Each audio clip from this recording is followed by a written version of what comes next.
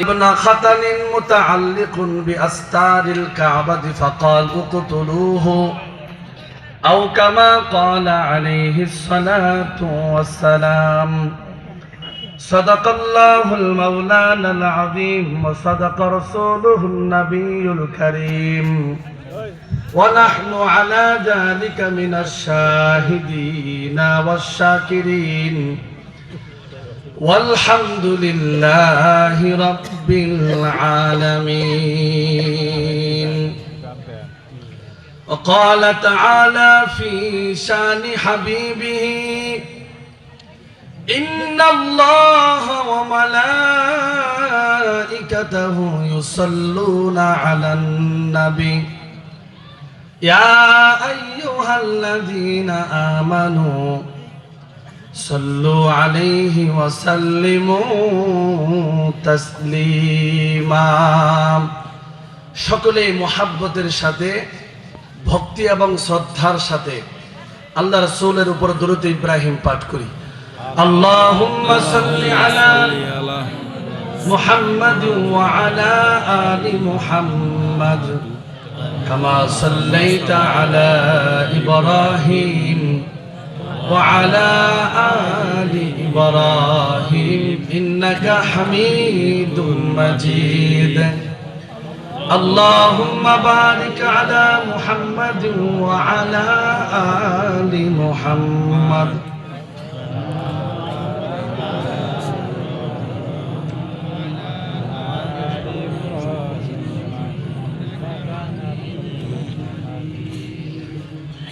तौहीद की अमानत सीनों में है हमारा आसान नहीं मिटाना नामो निशा है हमारा बलगल उला भी कशफत तुजा बिजमालिह हसनत जमी व खिसालिह सल्लु अलैहि व आलि. ज़बान खुले बलगल उला बि कशफत तुजा बिजमालिह हसनत जमी व खिसालिह सल्लु अलैहि व आलि. तो जिक्र करें ला इलाहा इल्लल्लाह. সবাই তো বলেন না, সবাই বলেন লা ইলাহা ইল্লাল্লাহ লা ইলাহা ইল্লাল্লাহ লা ইলাহা ইল্লাল্লাহ. জোরে লা ইলাহা ইল্লাল্লাহ লা ইলাহা ইল্লাল্লাহ লা ইলাহা ইল্লাল্লাহ মুহাম্মাদুর রাসূলুল্লাহ সাল্লাল্লাহু আলাইহি ওয়াসাল্লাম. রব্বি ইশরাহ লি সাদরি ওয়া ইয়াসসির লি আমরি واحلل عقدة من لساني يفقهوا قولي. সবাই আমার সাথে বলেন কেমন মুসলমান তুমি, কেমন মুসলমান, কেমন মুসলমান তুমি, কেমন মুসলমান. মাশাআল্লাহ, আপনারা তো আমার চেয়ে ভালো গাইতেছেন, একটু আওয়াজ করে বলেন, সাউন্ড করা. কেমন মুসলমান তুমি, কেমন মুসলমান, কেমন মুসলমান তুমি, কেমন মুসলমান. আমাদের সাথে নাই পরিচয় মানো না কোরআন তুমি, কেমন মুসলমান, কেমন মুসলমান তুমি, কেমন মুসলমান. তুমি রমজান এলে রাখো না রোজা, দিন কি করো আঘাত, পয়সা কুড়ির নেই তো অভাব, দাও না তো যাকাত. ঠিক কি না? তুমি রমজান এলে রাখো না রোজা, দিন কি করো আঘাত, পয়সা কুড়ির নেই তো অভাব, দাও না তো যাকাত. তুমি ইমানদারির বড়াই করো, নেই তোমার ইমান. ঠিক কিনা? ঠিক। আওয়াজ করে কোন? ঠিক। বেশ বাড়াও, বেশ টুইটার কমায় বেশ বাড়াও। তুমি ইমানদারির বড়াই করো, নেই তোমার ইমান, তুমি কেমন মুসলমান? কেমন মুসলমান তুমি? কেমন মুসলমান? কেমন মুসলমান তুমি? বেশি হয়ে গেছে। নামাজের সাথে নাই পরিচয়, মানো না কোরআন, তুমি কেমন মুসলমান? আরেকটু কমাও। কেমন মুসলমান তুমি? কেমন মুসলমান? তুমি সুদের টাকায় প্রাসাদ গড়, ঘুষ ছাড়ো না, বিন্দু কিনা খেয়ে মরে খবর রাখো না, ঠিক কি না? ঠিক। তুমি সুদের টাকায় প্রাসাদ গড়, ঘুষ ছাড়ো না, বিন্দু কিনা খেয়ে মরে খবর রাখো না। তুমি ঘুষকেও বিচার করো সাজিয়া প্রধান। আছে না নাই?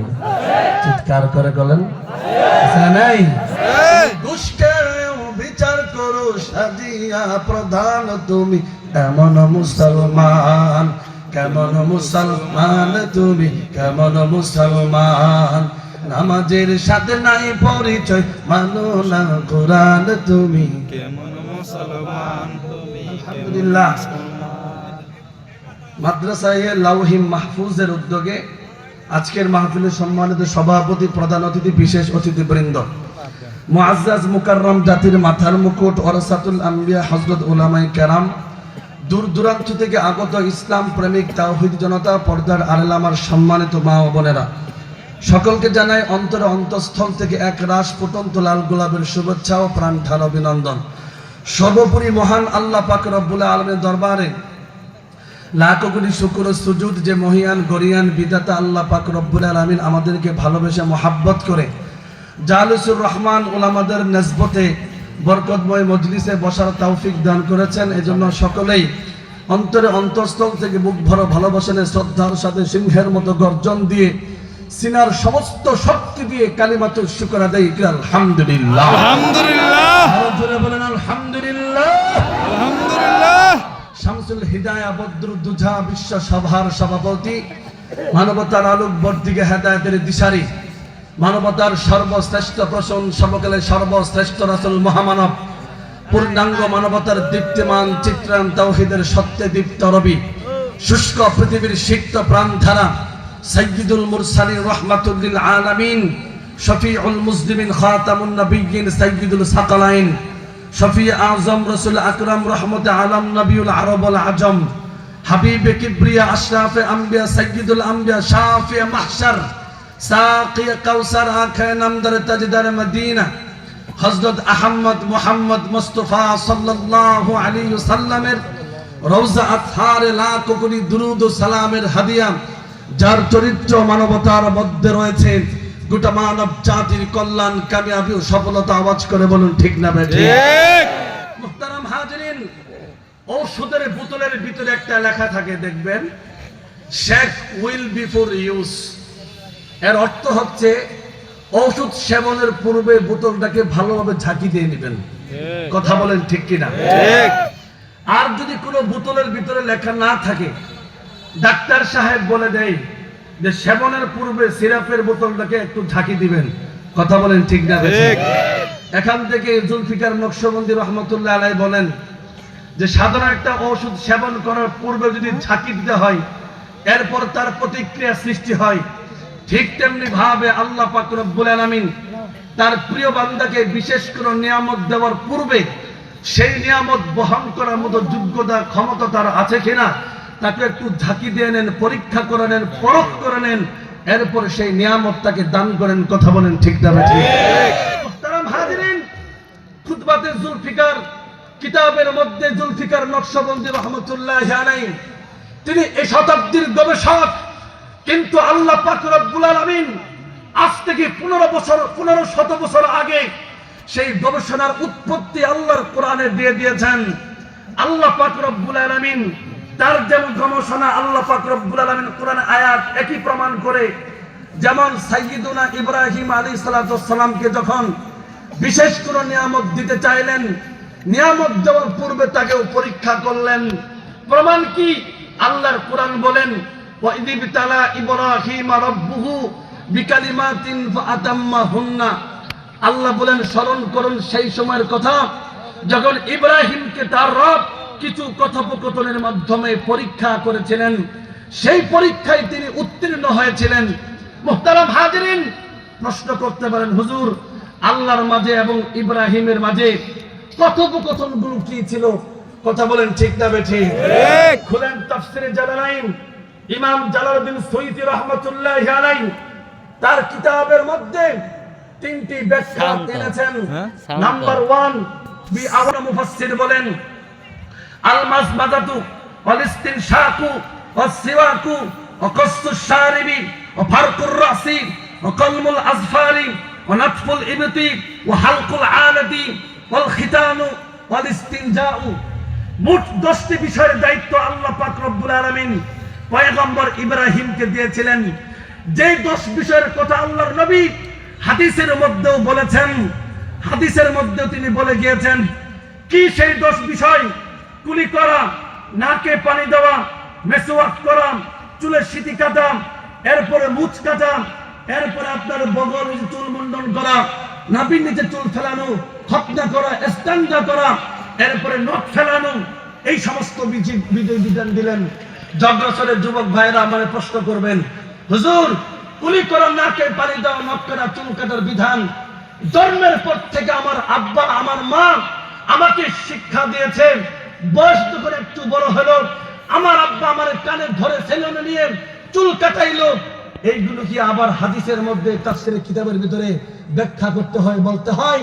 মুহতারাম হাজিরিন, জগ্রসরের যুবক ভাইদেরকে বলি, শোনো, তোমার নবীর সুন্নাত চুল কাটার ভিতরে, তোমার নবীর আখলাক আছে, তোমার নবীর সুন্নাত আছে।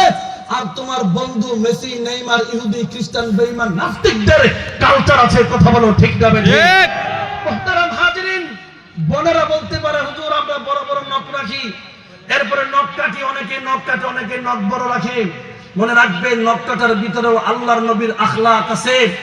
আর এবং তোমার পছন্দের সেলিব্রিটি বিভিন্ন নায়ক নায়িকাদেরও আখলাক এই নখের মধ্যে আছে। কথা বলেন ঠিক না বেঠিক? আমার উদ্দেশ্য সেই বিষয়গুলো না। আমার উদ্দেশ্য হলো আল্লাহ পাক রব্বুল আলামিন পয়গম্বর ইব্রাহিমের কাছ থেকে পরীক্ষা আনিলেন। বলেন তো পরীক্ষা নেওয়ার পর একটা ফল আছে না নাই? সবাই বলেন আছে না নাই? এই যে ছাত্ররা পরীক্ষা দিয়েছে, রেজাল্ট আছে না নাই? তো ইব্রাহিম যে পরীক্ষা দিয়ে রেজাল্ট কি দাঁড়াইলো? ক্বালা ইন্নী জাইলুকা লিন-নাসি ইমামা। আল্লাহ পাক রব্বুল আলামিন রেজাল্ট দিয়ে দিলেন যে পরীক্ষা করার পরে আমি ইব্রাহিমকে গোটা পৃথিবীর সমস্ত মানুষের নেতা বানিয়ে দিলাম। আল্লাহু আকবার বলেন। আল্লাহু আকবার। নেতৃত্ব দেওয়ার পূর্বে ইব্রাহিমকে পরীক্ষা করেছেন। মুসলমান শুধু নেতা বানায় নাই, মিল্লাতা আবিকুম ইব্রাহিম, পয়গম্বর ইব্রাহিমকে গোটা মিল্লাতের আব্বা বানাইছে। কথা বলেন ঠিক না? জাতির পিতা বানিয়েছেন। পরীক্ষা করার পর জাতির পিতা ইব্রাহিম, এটা আমার ঈমান। কথা বলেন ঠিক না বেঠিক?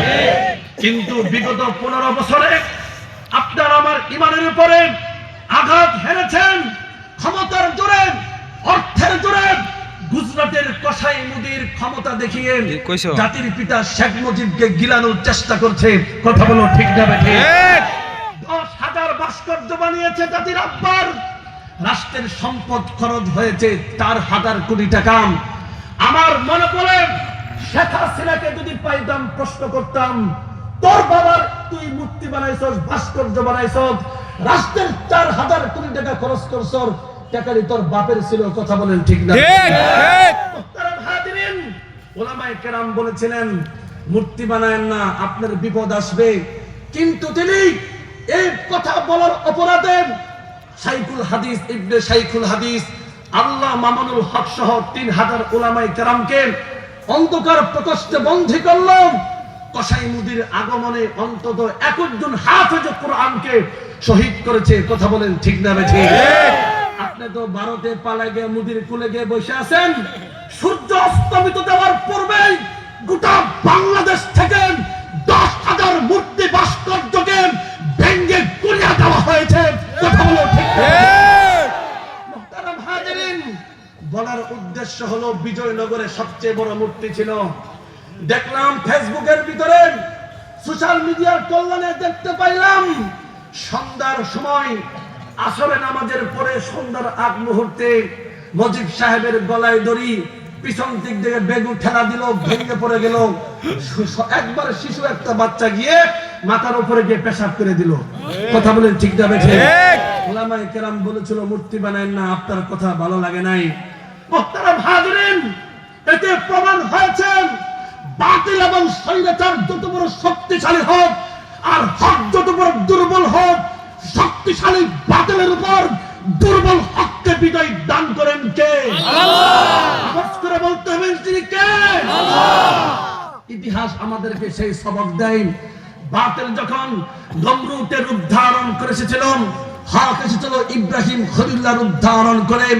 বাতিল যখন ফেরাউনের রূপ ধারণ করে এসেছিল, হক এসেছিল মুসা কালিমুল্লাহর রূপ ধারণ করে। বাতিল যখন আবু জাহল উতবা শাইবা ওয়ালিদ ইবনে মুগীরার রূপ ধারণ করে এসেছিল, হক এসেছিল নবী মুহাম্মদুর রাসূলুল্লাহ সাল্লাল্লাহু আলাইহি ওয়াসাল্লামের রূপ ধারণ করে। বাতিল যখন হাজ্জাজ বিন ইউসুফের রূপ ধারণ করে এসেছিল, হক এসেছিল আব্দুল্লাহ ইবনে জুবাইরের রূপ ধারণ করে। বাতিল যখন খলিফা মানসুরের রূপ ধারণ করে এসেছিল, হক এসেছিল ইমাম আবু হানিফার রূপ ধারণ করে।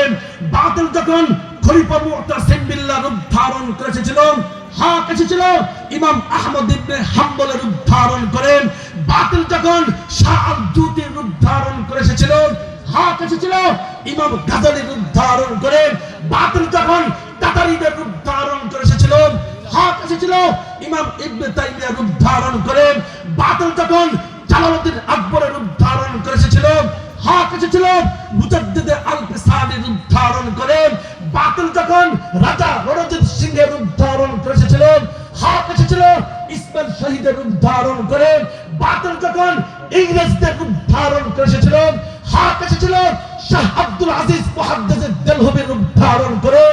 বাতিল যখন শাহবাগীদের রূপ ধারণ করে এসেছিল, নাস্তিক ব্লগারদের রূপ ধারণ করে এসেছিল, হক এসেছিল শাইখুল ইসলাম আল্লামা শাহ আহমদ শবীর রূপ ধারণ করে। বাতিল যখন গুজরাটের কসাইমুদ্দিন রূপ ধারণ করে এসেছিল, হক এসেছিল হাফেজ জুনায়েদ বাবুনগরীর রূপ ধারণ করে। বাতিল যখন মূর্তি ভাস্কর্য খুনি মাফিয়া শেখ হাসিনার রূপ ধারণ করে এসেছিল, হক এসেছিল নিষ্ঠাবান হাফেজ বিজ্ঞ আলেম অভিজ্ঞ ফকিহ বৈজ্ঞ মুহাদ্দিস বারবার নির্যাতিত মাসলুমে বাকায়েত বর্তমান ভবিষ্যৎ প্রজন্মের অবিসংবাদিত নেতা শাইখুল হাদিস ইবনে শাইখুল হাদিস আল্লামা মামুনুল হকের রূপ ধারণ করে। আল্লাহু আকবার। ঘরে ঘরে আলো, ঘরে ঘরে জালো, হুঁশিয়ার সাবধান। আল্লাহু আকবার। জগরাসের যুবক ভাইদেরকে বলতে চাই, প্রমাণ হয়ে গিয়েছেন বাতিল যত বড় শক্তিশালী হোক, হক যত বড় দুর্বল হোক, শক্তিশালী বাতিলের উপর হকমের একমাত্র লক্ষ্যবস্তু তাজ কাউকে ব্যাখ্যা করে বুঝানোর অবকাশ রাখে না। আসমানের নিচে জমিনের উপরে পৃথিবী নামক এক গ্রহের কোথাও যদি কোনো লাশের স্তূপ পাওয়া যায়, কোনো বিধ্বস্ত ঘরবাড়ি বিরান জনপদের সন্ধান পাওয়া যায়, খুঁজনে তালাশ নিয়ে দেখবেন হতভাগা মুসলমানদের লাশ। কথা বলেন ঠিক না বেঠিক? চতুর্দিকে নির্যাতিত নিষ্পেষিত মুসলমানদের আত্মচিৎকার, বিশ্ব মুসলমানদের নাম নিশানাকে চিরতরে মুছে দেওয়ার জন্য নিক্ষেপ করা হচ্ছে হাজার হাজার টন বোমা। বিস্ফোরিত ভারতের গন্ধে পৃথিবী আজ এক মৃত্যুপুরীতে পরিণত হয়েছে। কথা বলেন ঠিক না বেঠিক?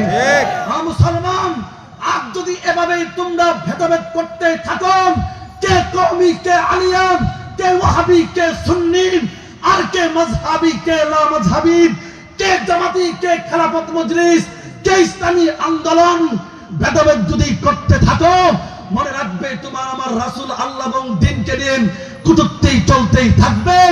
মনে রাখবেন কখনো দানের শীষ আসবে, কখনো নৌকা আসবে, তোমার আমার ভাগ্য পরিবর্তন হবে না। কথা বলো ঠিক না বেঠিক? যদি মুসলমান মাথার পাগড়ি মাথায় বেঁধেন, খোদার জমিনে রাজপথে স্লোগান দিতে পারেন, পরিষ্কার ভাষায় বলতে চাই, আমেরিকার হোয়াইট হাউসে কালেমার পতাকা উড়বেন, রাশিয়ার মস্কো মুসলমান দখল করবেন, দিল্লির লাল কেল্লা মুসলমান শাসন করবেন। খোদার কসম, গোটা পৃথিবীর রাত শক্তি মুসলমানের পায়ে চেষ্টায় লুটে পড়তে বাধ্য হবে, ঠিক না?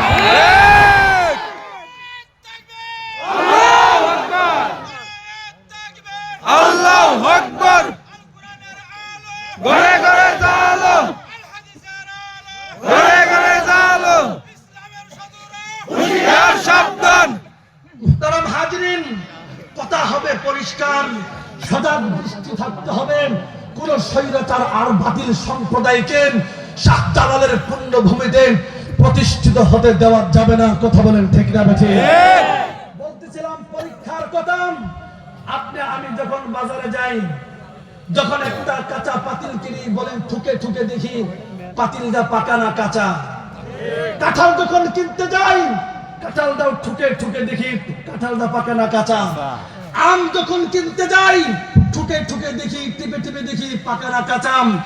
আম মুসলমান, আসমানের নিচে জমিনের উপরে বলম, আসমানের উপরে বলম, জমিনের নিচে বলম, তোমার আমার নবী হচ্ছে সবচেয়ে শ্রেষ্ঠ নিয়ামত। কথা বলেন ঠিক না বেঠি?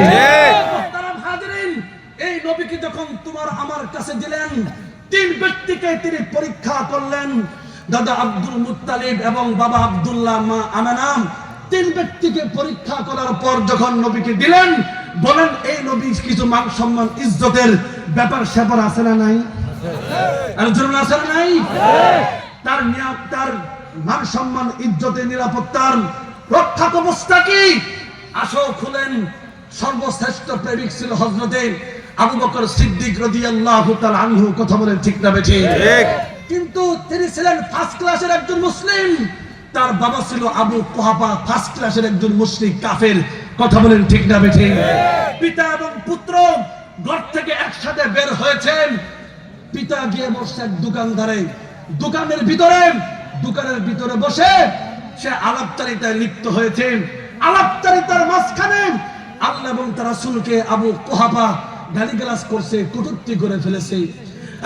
মুসলমান, আমাদের সমাজের যে চায়ের দোকানগুলো আছে, এই সবগুলো হচ্ছে গিবত অফ ইন্ডাস্ট্রি আনলিমিটেড কোম্পানি। কথা বলেন ঠিক না? এটা এই যুগে নতুন নয়। আজ থেকে 1400 বছর পূর্বেও আবু কুহাফা বাসার সামনে, দোকানের সামনে বসে দোকানদারের সাথে আলাপচারিতায় লিপ্ত হয়ে তোমার আমার নবীকে গালি দিয়েছিল, কটূক্তি করেছিল, বাজে মন্তব্য করেছিল। শোনো জগরছড়ের যুবক ভাইরাম, আবু বকর কেমন প্রেমিক ছিল। বাবা আবু কুহাফাকে কলারটা ধরে এনে সামনে এনে তাগড়া যুবক আবু বকর এমন এক থাপড়া বৃদ্ধ বাবার গালে, দুর্বল গালে বসিয়ে দিয়েছিল। বৃদ্ধ বাবা বুক থুপড়ে জমিনে পড়ে গিয়েছিল, বেহুশ হয়ে গিয়েছিল। একটু পর যখন হুঁশ ফিরে এলো, ফেল ফেল করে আবু বকরের দিকে তাকায় থাকে।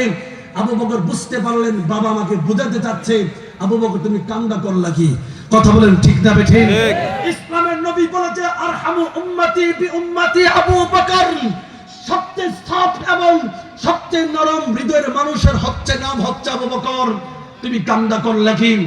চোখের ভাষা বুঝে আবু বকর বলতেছে, বাবা আপনার ভাগ্যবালা যে আমার হাতে তরবারি নাই। যদি তরবারি থাকতো তাহলে সেই গর্দানটাকে দেহ থেকে তরবারির মাধ্যমে আমি আলাদা করে দিতাম। মুহতারাম হাজিরিন, এই কথা বলে আবু বকর আল্লাহ রাসূলের দরবারে গেলেন।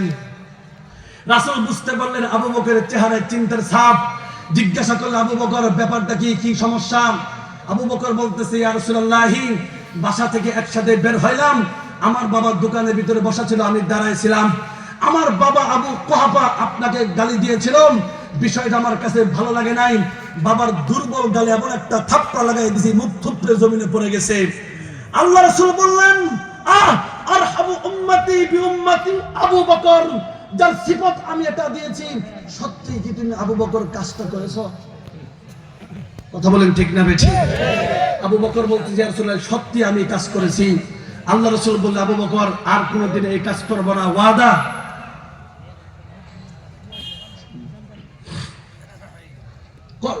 বলল যে আমি তার আবু বকর, আল্লাহ রাসূল বলতেছেন, আবু বকর তুমি এই কাজ আর কোনোদিন করবে না, আমার কাছে ওয়াদা করো।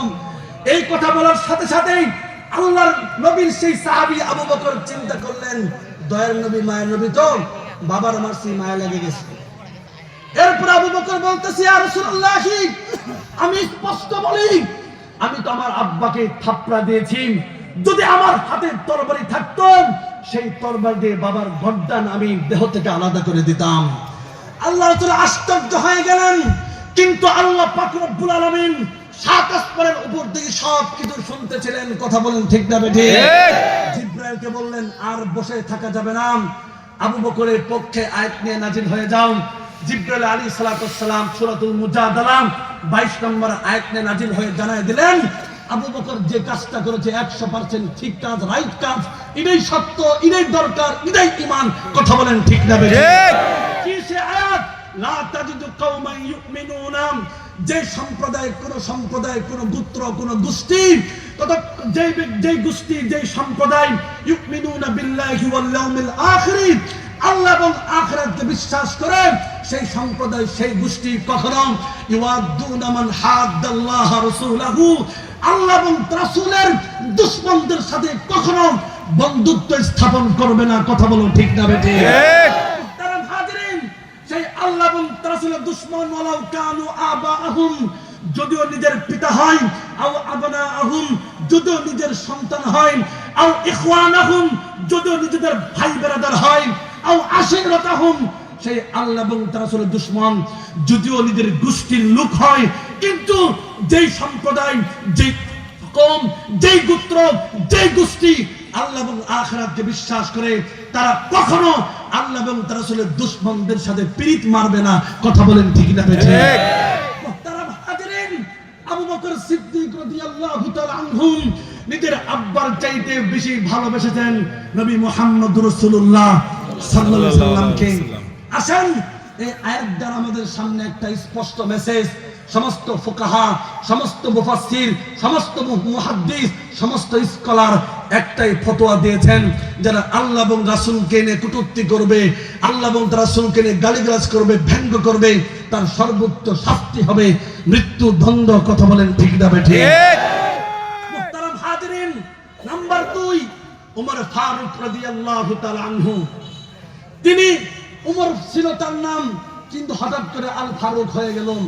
আল ফারুক শব্দের অর্থ হলো সত্য মিথ্যার পার্থক্যকারী। বলেন, প্রত্যেকটা মানুষের একটা নামের একটা শানে নুজুল আছে, আছে না নাই? বাবু, ময়না, পাখি, টিয়া, শানে নুজুল আছে না নাই? আছে।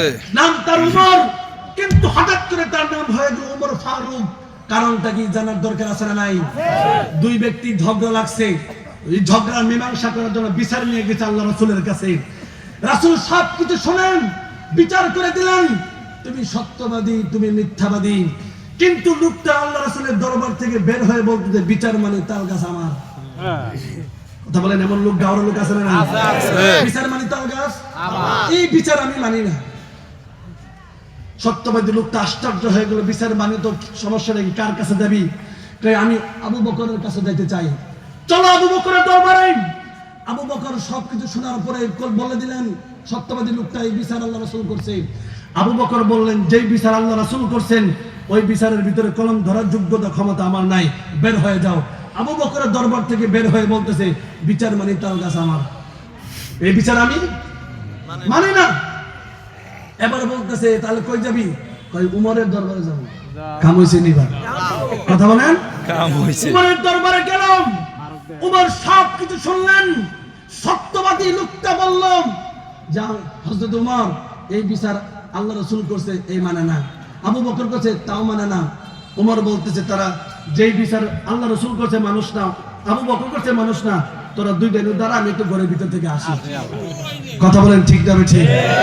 ঘরের ভিতরে গেছেন, নাঙ্গা তরবারি নিয়েছেন, তরবারি নিয়ে মিথ্যাবাদী লোকটার গর্দানের উপর রেখে বলতেছেন, যেই বিচার আল্লাহ রাসূল করছেন, আবু বকর করছে, সেই বিচার যে ব্যক্তি মানে না, সে কখনো মুমিন হতে পারে, সে সাথে রাসূল, সে দুশমনের রাসূল, তার এই জমিনে থাকার আর কোনো অধিকার নাই।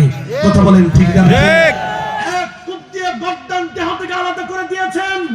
সত্যবাদী লোকটা দৌড়াতে দৌড়াতে আল্লাহ রাসূলের দরবারে গেছে, গিয়ে বলতে, ইয়া রাসূলুল্লাহ, বিচার তো করে দিয়েছেন।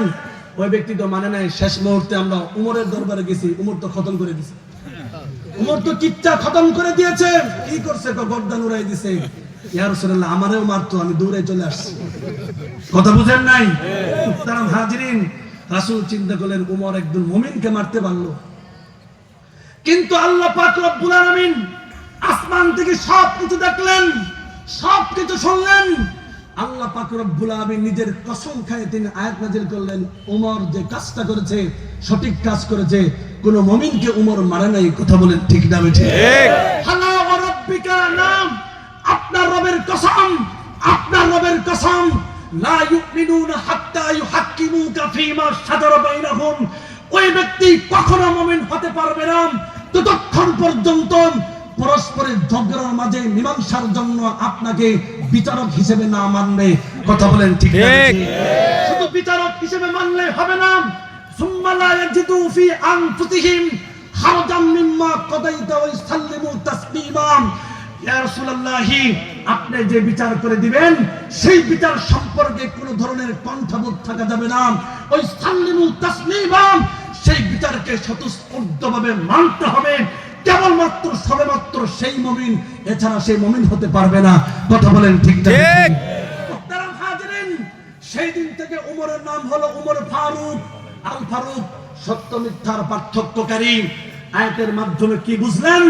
যে ব্যক্তি আল্লাহ এবং রাসূলকে মানবে না, কটূক্তি করবে, গালিগালাজ করবে, রাসূলকে নিয়ে ব্যঙ্গচিত্র বানাবে, চরিত্রের বিরুদ্ধে কলম ধরবে, তার সর্বোচ্চ শাস্তি মৃত্যুদণ্ড।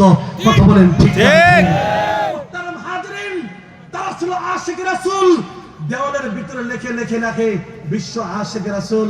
মুহতারাম হাজিরিন, তুমি বিশ্বে আশিক রাসূল না, তুমি হলো আশিকে শয়তান, আশিকে জিলাপি, আশিকে খিচুড়ি। কথা বলেন ঠিক না?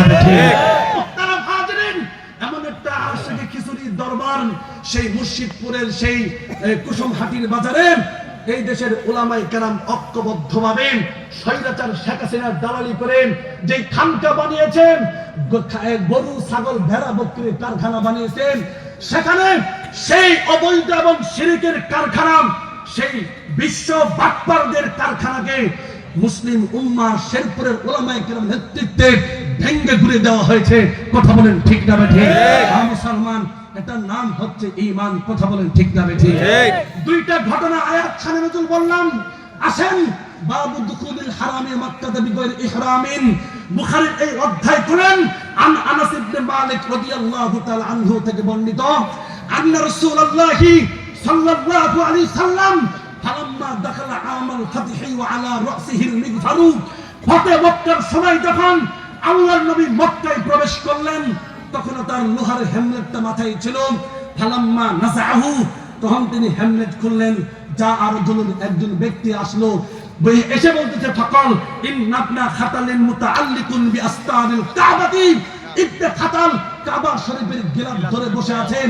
ফাকাল, আল্লাহ রাসূল বললেন, উকতুলুহু, তাকে হত্যা করো। মুহতারাম হাজিরিন, হারামের ভিতরে যারা প্রবেশ করেন এবং আবু সুফিয়ানের ঘরে যারা প্রবেশ করেছিল, ফতে মক্কার সময় আল্লাহ রাসূলের ঘোষণা ছিল তার সমস্ত অপরাধ মাফ। কিন্তু ইবনে খাতাল তো কাবা শরীফের গিলাফ ধরে বসে থাকলো, তাকেও হত্যা করা হলো। প্রশ্ন আছে না নাই? আছে। চিৎকার করুন, আছে না নাই? আছে। কুরআন বুখারীর বিখ্যাত গ্রন্থ, বুখারীর সবচেয়ে বিখ্যাত গ্রন্থ ফাতহুল বারী, ইবনে হাজার আসকালানী রাহমাতুল্লাহি আলাইহি বলেন, এই ইবনে খাতাল প্রাথমিকভাবে একজন মুসলমান ছিল। উদীয়মান রাষ্ট্র মদিনার কর আদায়ের জন্য তার উপর দায়িত্ব অর্পণ করা হলো।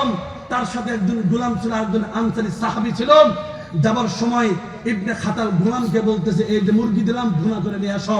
কিন্তু সে মুরগি ভুনা করতে গিয়ে ঘুমায় গেছে।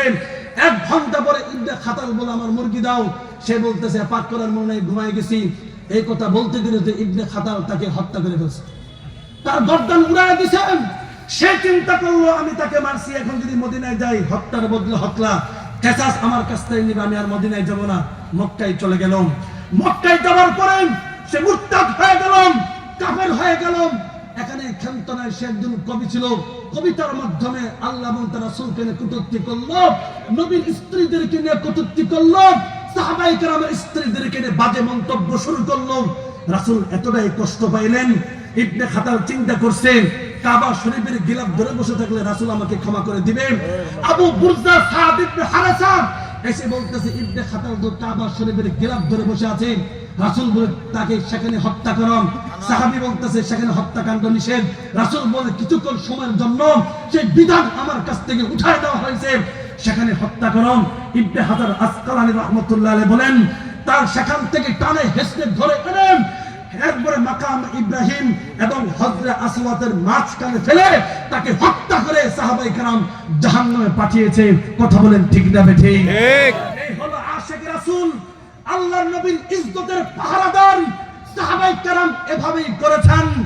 আমরাও বলেছিলাম যে আল্লাহর নবীর ইজ্জতের হেফাজতের জন্য সর্বোচ্চ শাস্তি মৃত্যুদণ্ডের আইন পাশ করেন, কিন্তু কোন শাসক মুসলিম উম্মার এই কথা কর্ণপাত করে নাই। কথা বলেন ঠিক না বেঠিক? কেন? কারণ হচ্ছে রাসূলুল্লাহ সাল্লাল্লাহু আলাইহি সাল্লাম মানব সভ্যতার অহংকার। রাসূলুল্লাহ সাল্লাল্লাহু আলাইহি সাল্লামের কাছে গোটা মানব জাতির ঋণী। তিনি পৃথিবীকে একটি উন্নত সমৃদ্ধ আলোকিত সমাজ উপহার দিয়েছেন, কিন্তু দুঃখজনক হলেও সত্য যে মানব জাতির প্রতি এত বড় অনুগ্রহশীল এই মহামানবের প্রতি এক শ্রেণীর অমানুষ পাপিষ্ঠরা ধম প্রায় অবমাননাকর মন্তব্য করে নিজেদের হীন মানসিকতার জানান দেয়। কথা বলেন ঠিক না বেঠিক? কারণ রাসূলুল্লাহ সাল্লাল্লাহু আলাইহি সাল্লামের অতুলনীয় পবিত্র চরিত্রে কালেমা লেপনের অপচেষ্টা চালায়, এতে করে স্বাভাবিকভাবেই রাসূল প্রেমিক মুসলিম উম্মার হৃদয়ে রক্তক্ষরণ ঘটে। শুধু তাই নয়, প্রতিবাদে আর সমুদ্র হিমাচল কেঁপে ওঠে। অনেক সময় সাম্প্রদায়িক দাঙ্গা বেঁধে যায়, ফলে বিপর্যয় আর বিশৃঙ্খলার আগুনে সমাজ পুরো সরকার হয়ে যায়। কথা বলেন ঠিক না বেঠিক? আর মুসলমান স্বাধীনতার 53 বছরে 10 থেকে 12 জন শাসকগত হয়েছে, কিন্তু আমরা বলেছিলাম নাস্তিক আর মুক্তারদের সর্বোচ্চ শাস্তি হবে মৃত্যুদণ্ড। মুসলিম উম্মাহর কথাগুলো কোন শাসক আজ পর্যন্ত কর্ণপাত করে নাই। যদি তার আইন পাস করত, মনে রাখবেন সোনার বাংলাদেশের ডজনে ডজনে নাস্তিক মুক্তারদের জন্ম হতো না। কথা বলেন ঠিক না বেঠিক? এই দেশে দাউদ হাজারী নামক এক কুলাঙ্গার আল্লাহ এবং রাসূলকে গালি দিয়েছিল। গোটা বাংলাদেশের মানুষ ফুঁসে উঠল, দাবি করল সর্বোচ্চ শাস্তি মৃত্যুদণ্ড দিতে হবে। শাসক আমাদের কথা কর্ণপাত করে নাই। জব্রচরের যুবক ভাইদেরকে বলি, সেদিন দাউদ হাজারীর বিচার হলে কুলাঙ্গার সালমান রুশদির জন্ম বাংলার জমিনে হতো না। সালমান রুশদির বিচার হলে কুলাঙ্গার ডক্টর আহমদ শরীফের জন্ম বাংলার জমিনে হতো না। ডক্টর আহমদ শরীফের বিচার হলে কুলাঙ্গার হুমায়ুন আজাদের জন্ম বাংলার জমিনে হতো না।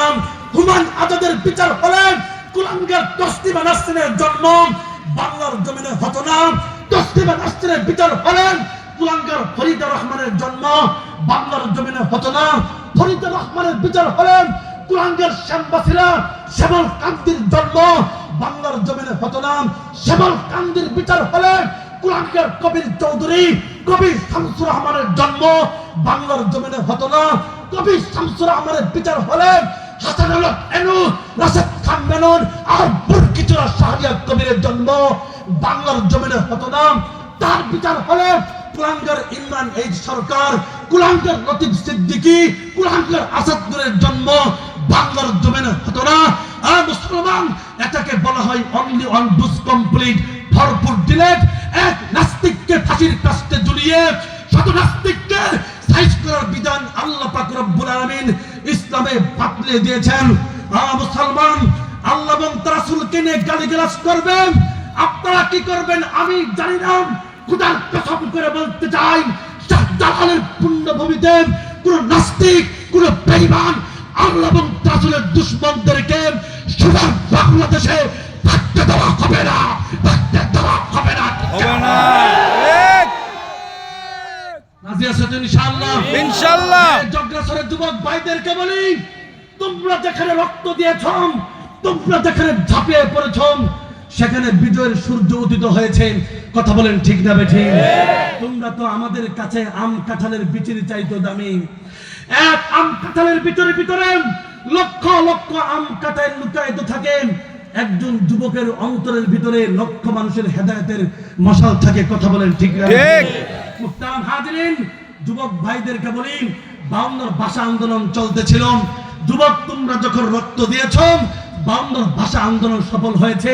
69 গণঅভ্যুত্থানের আন্দোলন চলতেছিল, যুবক তোমরা যখন রক্ত দিয়েছ, 69 গণঅভ্যুত্থানের আন্দোলন সফল হয়েছে, 71 স্বাধীনতা বিপ্লবের আন্দোলন চলতেছিল, যুবক তোমরা যখন রক্ত দিয়েছ, 71 স্বাধীনতা বিপ্লবের আন্দোলন সফল হয়েছে, 75 সিপাহী বিপ্লবের আন্দোলন চলতেছিল, যুবক তোমরা যখন রক্ত দিয়েছ, 75 সিপাহী বিপ্লবের আন্দোলন সফল হয়েছে, 90 স্বৈরাচার পতনের আন্দোলন চলতেছিল, যুবক তোমরা যখন রক্ত দিয়েছ, 90 স্বৈরাচার পতনের আন্দোলন সফল হয়েছে, 94 তসলিমা নাসরিন যখন দেশ বিরোধী, স্বাধীনতা বিরোধী, বুরকা বিরোধী, ইসলাম বিরোধী কর্মকাণ্ড করতেছিল, যুবক তোমরা যখন স্লোগান তুলেছিলেন এক দফা এক দাবি, তসলিমা তুই কখন যাবি, যেই তসলিমা বুরকার বিরুদ্ধাচরণ করেছিল, সেই তসলিমা সেই বুরকা পরে রাতের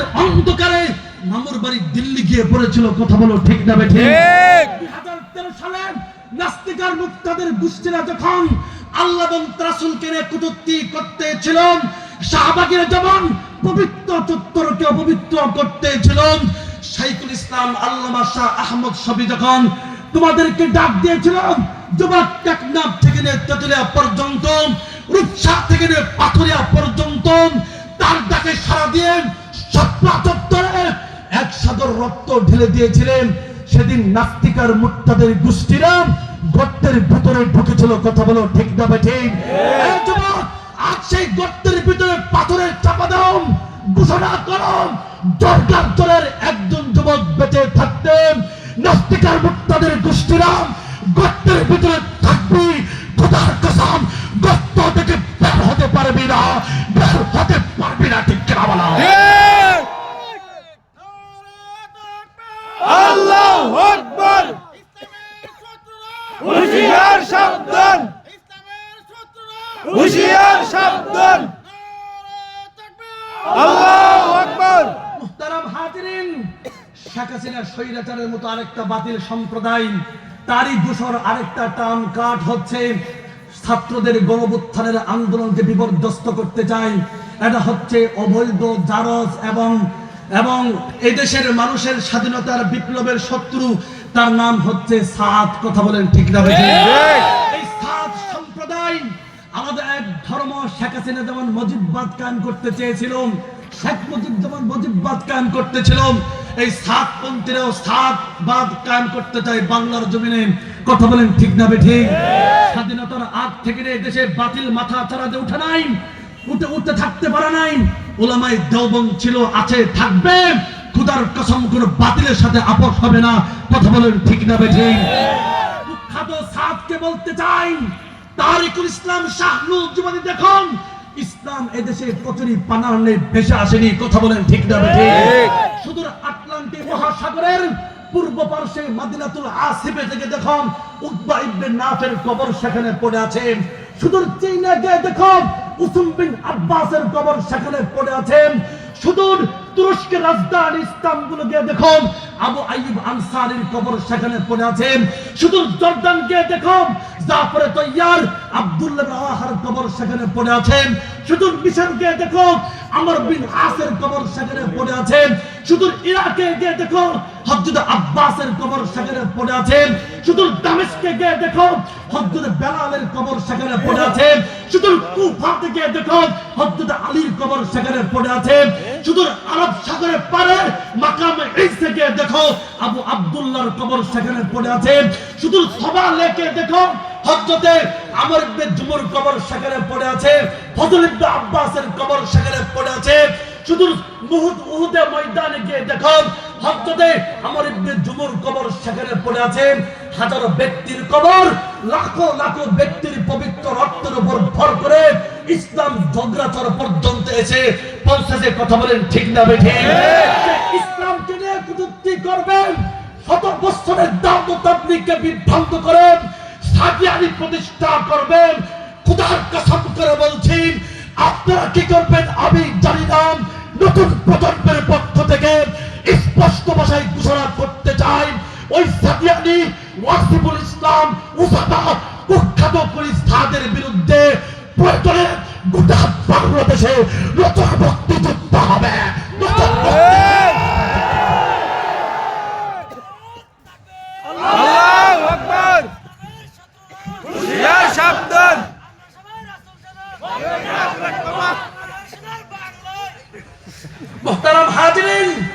পরিষ্কার ভাষায় বলি, এই দেশ নাস্তিকার মুক্তাদের দেশ নয়। কথা বলেন ঠিক না বেঠিক? এই দেশ কুখ্যাত কাদিয়ানী সাদিয়ানীদের বাপের দেশ নয়। কথা বলেন ঠিক না বেঠিক?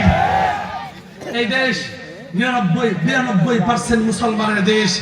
এই দেশ শাহজালাল শাহপরান শাহজালালের দেশ। এই দেশ হচ্ছে ইমামউদ্দিন বাঙ্গালীর দেশ।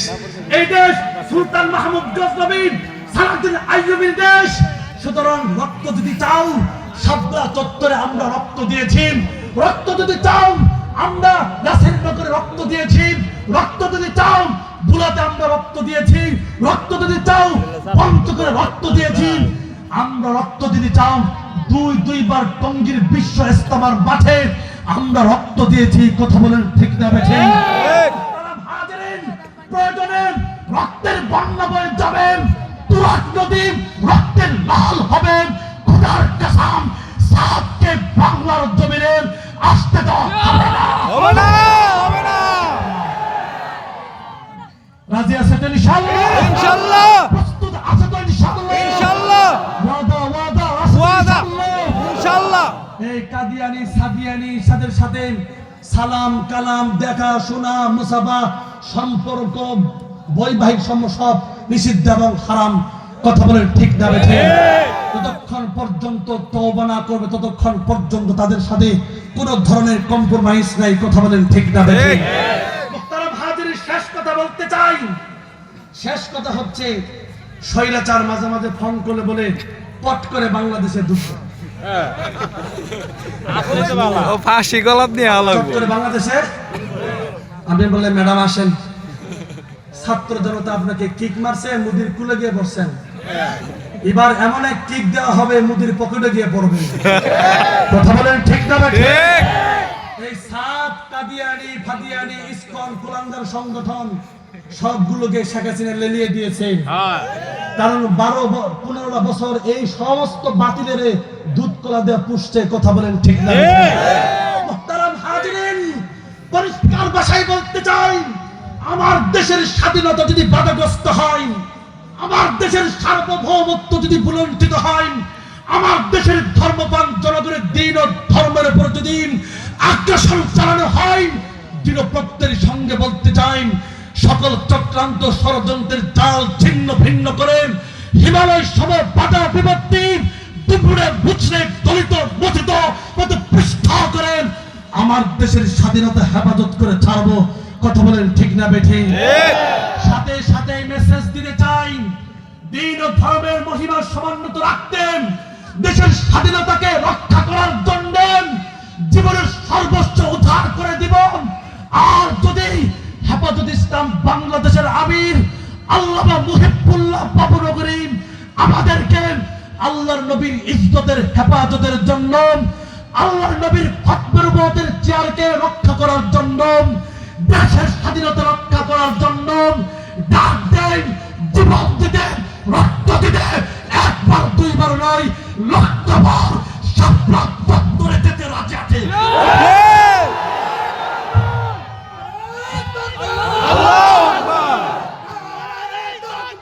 আল্লাহু আকবার। ঘরে ঘরে জালো,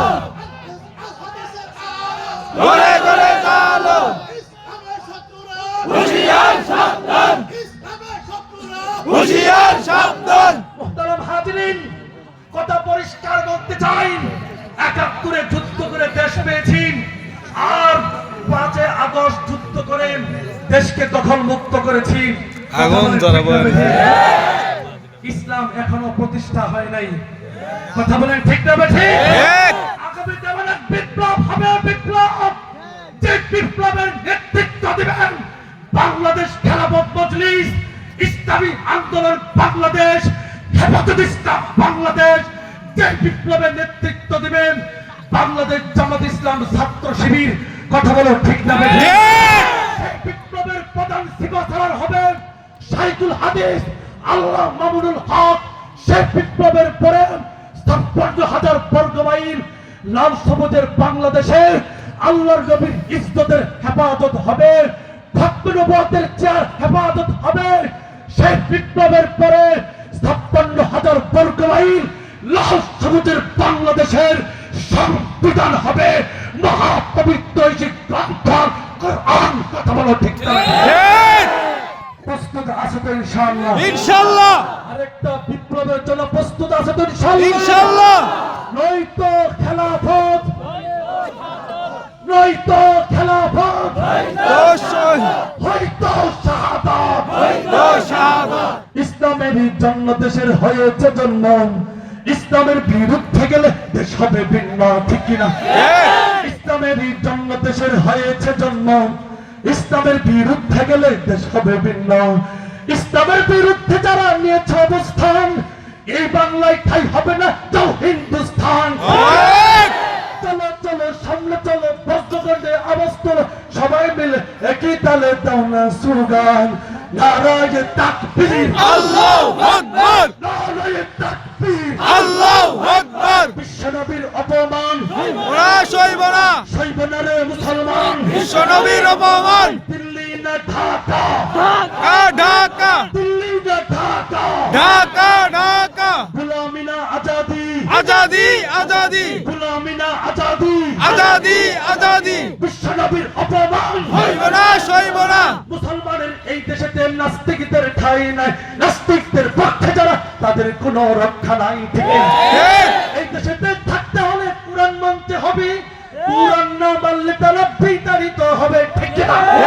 চলো চলো সামনে চলো, বজ্রকণ্ঠে আওয়াজ তোলো, সবাই মিলে একই তালে দাও না স্লোগান, নারায়ে তাকবীর, আল্লাহু আকবার দিল্লি না ঢাকা, ঢাকা ঢাকা গুলামি না আজাদি, আজাদি আজাদি হয়তো শাহাদাত, তো নয়তো খেলাফত, হয়তো শাহাদাত নারায়ে তাকবীর। আল্লাহু আকবার আমি আপনাদের কাছে মাপ চাই যে এই জন্য লম্বা সময় বয়ন করার কথা আমার, কিন্তু আমি একটু পরে আসছি, দিয়ে দিয়েছে পরে, এই জন্য আমার আর একটা প্রোগ্রাম আছে বাজিত খিলা, সেখানে যাইতে হবে। আমার একজন বড় ভাই আছে, তার নাম আব্দুল্লাহ, সরাসরি সাইদি আল্লামা শহীদ সাইদি রহমতুল্লাহ মধ্যে ওয়াজ করে। উনি আপনাদের সামনে কিছুক্ষণ কিছু কথা বলবে, আপনার ধৈর্য সহকারে শোনেন ইনশাআল্লাহ। ইনশাআল্লাহ ইনশাআল্লাহ বিদায়। আসসালামু আলাইকুম ওয়া রাহমাতুল্লাহি ওয়া আলাইকুম আসসালাম ওয়া রাহমাতুল্লাহি ওয়া বারাকাতুহু